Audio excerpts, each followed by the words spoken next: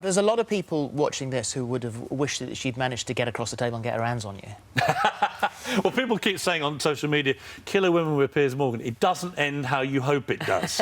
You know, which it's really, you know, I don't think very generous of them. Do you hate that? I mean, there must be a bit of you. I mean, you are human. It must sort of... I know you've got very thick skin. Well, we had a funny thing, didn't we? Because we had lunch together. And you posted a picture on Instagram of the two of us in our cab on the way back. It was a lovely lunch, we had a very nice time.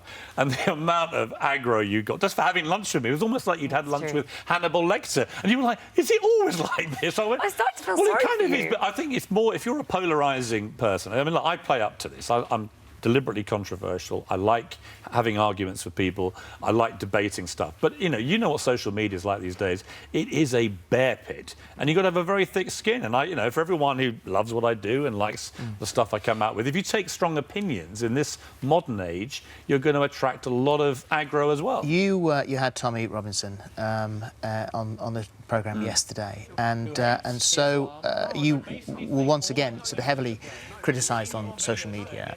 His supporters came out in force, of which there seem to be quite a few.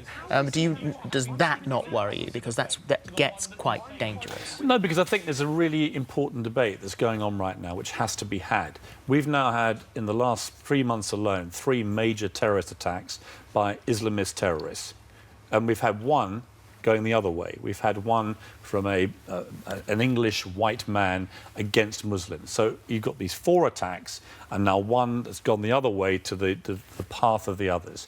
And what you've got on both sides are extremists. You have extremists who are, in my view, being brainwashed by, you know, in many cases, these mosques which are being funded by the Saudi or Qataris, and they're preaching at this Wahhabism, which is a very extreme form of Islam, and it's encouraging people to commit nefarious crimes. But you also have, as we saw with Tommy Robinson and his stuff, you have extremists on the other side. But do you ever regret anything you have said? You judge very quickly on social media. Do you ever wonder whether or not, oh, if I'd stood back for a day, this would have been a better picture for me? Ariana Grande, you judged her very harshly. It's a good example. But, I mean, I wouldn't regret what I originally criticised her for, which was after the Manchester attack, you know, she flew straight out of the country.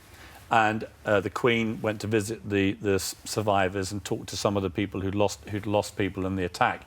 And I did feel that these were people who'd all been to her concert and were paying fans.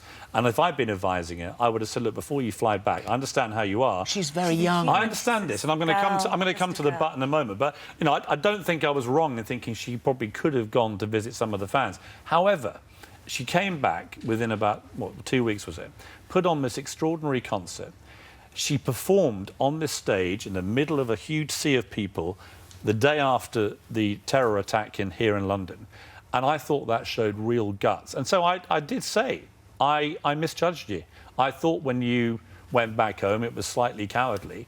Actually, I'm looking at this young woman in her early 20s standing on the stage after another terror attack, 2 weeks after she was involved in her own concert mayhem. And I thought, no, I misjudged you, and I'm going to say that. And I did, and I wrote a whole column to her saying I was wrong. So, yeah, of course, I think in the moment of Twitter and everything else, it is a very judgmental forum, and I do write lots of columns, I do have lots of opinions, but I'm very happy to say when I'm wrong, and I'm very happy to withdraw a sentiment or a criticism if I genuinely feel that I was wrong. But I do think, you know, a lot of people massively overreact as well on Twitter to stuff. You know, I do think if you're down the pub with your mates, what do? You talk about stuff. You talk about sport, you talk about politics. And we've all just got to slightly man up, I think, to life and the ability to debate stuff without everybody screaming and falling on the floor. I mean, the whole Donald Trump thing, we discussed this at the time of the election. When people just react to a decision they don't like, an election, you know, we had Remain and Brexit here.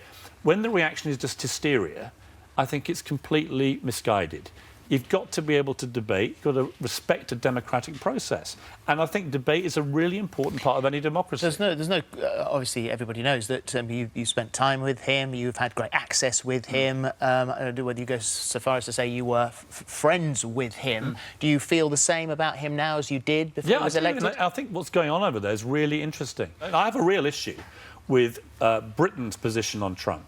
saying that if he comes to this country, there's going to be mass protests and fury and everything else.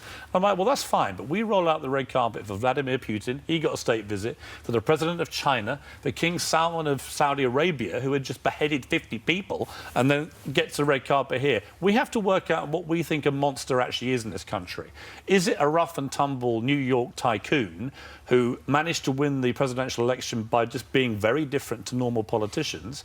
Is he really more monstrous than Vladimir Putin or the King of Saudi Arabia? And I know my answer, and I hope people just start to slightly calm down and be sensible and think this is a special relationship, America and Britain. He's the president.